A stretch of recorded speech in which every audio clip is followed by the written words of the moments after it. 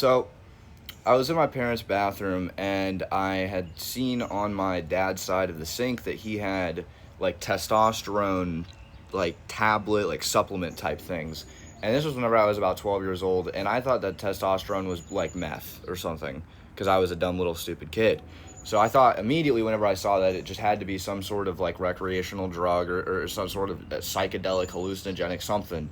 Um, and I'm immediately like freaked out. This is a big realization to me that my dad's a crackhead, and so I have like this really bad day at school where I'm just down and I keep telling people I'm like, yeah man, I think my dad's like a crackhead. I think my dad does crack. And everybody's looking at me crazy, and you tell one or two people this. You tell you tell the wrong person, which is really easy to do whenever you're 12 years old in 6th grade. You tell the wrong information or the wrong person this information, and it gets around. Right, it gets around. So eventually, it takes until like I think third period for a teacher to hear this, and that's about the last thing that you probably want your teacher to hear is a allegation about your dad like that. But you know that's here nor there. So I get pulled over. I get pulled out of class in third period, and they take me to the principal's office to have just a conversation with me, with like the guidance counselor and the principal, and then the teacher that had overheard all of the allegations and stuff.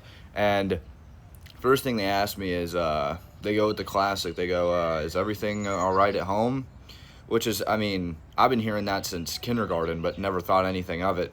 That might be some subliminal messaging about my development, but I'm not going to read too much into that because I don't think I'll like where it goes. But they asked me, any problems at home? And I know exactly where this is going. I know that they're about to tell me about the meth that my dad does, and this is bringing up demons for me. I can't deal with that. I've already had this on my mind all day, and I'm just trying to focus on the coloring page that I had to do for history class that wrongly depicts the American Revolution. So they tell me, is anything going on at home? And I say, nope. Nope. Which is really funny to them because this whole morning they've been hearing that my dad's basically like a fent addict. Um, and they go, are you sure? Because we heard, you were talking earlier about da da da da da. And I give them with a deep sigh. I go, and so they know I'm about to like give in, right? They know I'm about to tell them some information. So they lean forward, and the tension builds in the room. Tension builds. It's like the Wolf of Wall Street.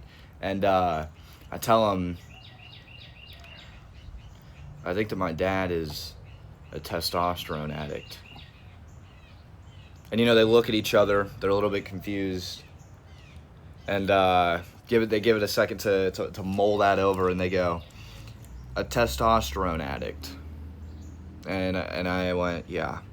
And they said, we thought that he was a meth addict. You were saying that he was a meth addict. And I go, All right, this is where I go Ben Shapiro. I go, actually, the facts don't care about your feelings. And the fact is that I actually was just equating testosterone to methamphetamine. So what had really happened, the truth of the story was I was talking to my friend Schmidley and in my second period, and I was telling him that my dad was on testosterone, and that based off of my understanding of what testosterone was, that was basically him doing meth. Which is weird to me because I'm pretty sure he's not looks maxing. He is 50, and I don't know why else you would do meth. It's like taking whey protein if you're not going to the gym, Anyways, I'm equating it to meth, and I'm saying I think it's like meth. I'm pretty sure it's like meth, and it's really freaking me out because I've never even noticed any of these signs or whatever. And so I tell the truth of the story to them, and they go, well, it's funny you say that because we already got Child Protective Services, and like in like a Jimmy Kimmel skit, they just open the door and they come walking right through just to have a conversation with me, and they tell me that they'll be taking me out of school that day to a different facility, and this is where I've lost it, right? I'm the white person, and the white people in government have fucked with me too. It's like it's not like they just separate and destroy the black families and the impoverished families. They're doing it to their own kind at this point. So I'm fuming, right? I'm fuming because my government is not an institution that I can trust. It never was, but now it even more so isn't. But they take me, what's it called? Like the Homeland Security, whatever bullshit. You get the point. take me to the facility, and it's a 40-minute ride because it's in actually Dallas proper. It's in like downtown Dallas. It's like they're taking me downtown so they could take it to the judge or something, like they're trying to put me in the jailhouse. But it's just Child Protective Services.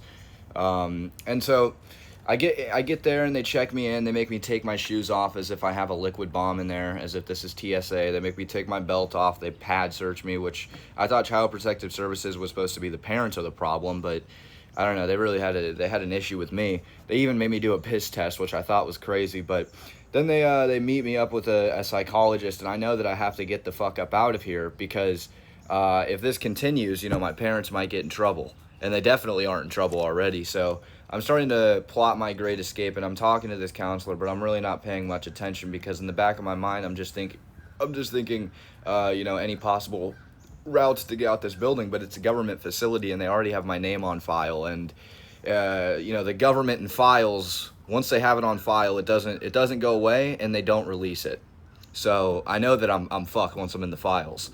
So even though I already am, I still need to find some sort of way how to get out of here. And maybe when I do, my parents, we can save up, or we can use their life savings and try to get offshore to maybe like Puerto Rico or something, like a Republican businessman.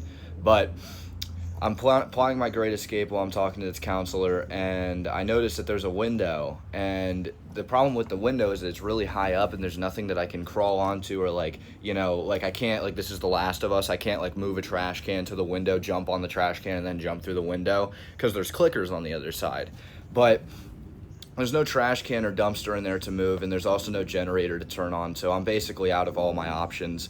And so after the meeting with the counselor, they take me back to like my staying room or whatever, and I mean, this thing's like a mix between a college dorm and an Alcatraz cell. All right, I can't believe that this is, how many trillions of dollars a year are we spending in taxes, and this is what the government provides the kids with bad parents? All right, and all of this just because my dad did testosterone. And so they give me some food, and they give me like a potato and some other things, and the guard comes up to me with all this stuff, and I take the potato, burning hot baked potato, throw the baked potato in the fucker's face. I give him 2nd-degree burns. I hit him right in between his eyes. You know how potatoes are like long ovals? I hit him right here. It looks like Frozone's goggles.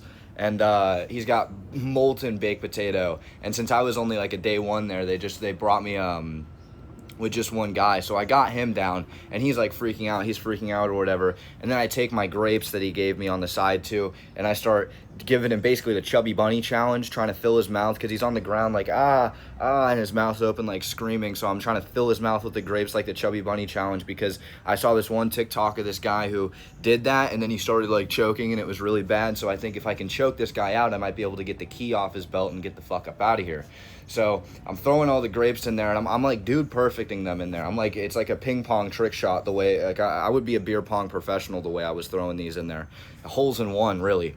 But I get enough in there, and eventually he does start to like get to the point where he's choking. He starts turning purple, and then I start to realize that I'm only 12 years old in 6th grade, and I went from going to art class in first period to killing a guard so I can break out of a maximum security CPS holding cell.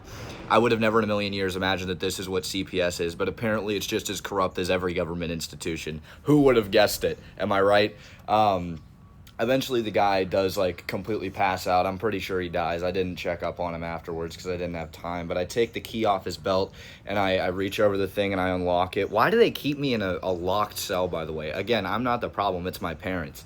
Anyways, I just start running through the thing. It's like a Stranger Things scene of 11 trying to escape the fucking big bad prison or whatever. I get to the front door, I open that, and I still have these like dumb clothes that they gave me, these basic fucking like white clothes. And I get out the building, and then I keep running, and I don't want to turn back and look at the building because I don't want to slow down, but I want to see where I was so that way I can get like a police report, because for some reason I think if I can't trust CPS, the government institution, I can probably and definitely trust the police, the also government institution that's noticeably more corrupt. Whatever. I get to the point where I'm probably a quarter mile away, or maybe a little bit less than that, and I look behind, and that's where I see that they put me in the psych ward.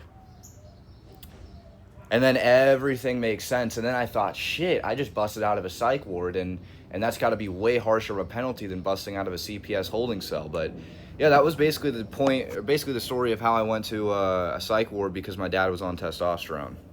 So let's go.